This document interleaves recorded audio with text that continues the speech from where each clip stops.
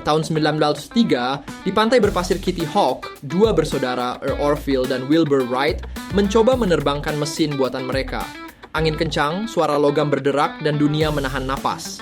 Saat pesawat itu terangkat beberapa meter dari tanah, sejarah tercipta. Namun, malam setelah penerbangan pertama itu, Orville mendengar suara ketukan di pintu hangar. Seorang pria tua berjas kelabu berdiri di luar, membawa buku lusuh penuh gambar sayap dan roda baling-baling. Mesin terbang bukanlah hal baru, katanya pelan. Aku sudah melihatnya di mimpi 1000 tahun yang lalu. Ketika Orville menoleh sejenak, pria itu telah hilang, tapi buku itu tertinggal. Di halaman terakhir tertulis, setiap sayap yang terbang akan selalu diikuti bayangan yang jatuh. Dan keesokan harinya pesawat mereka benar-benar jatuh di percobaan berikutnya.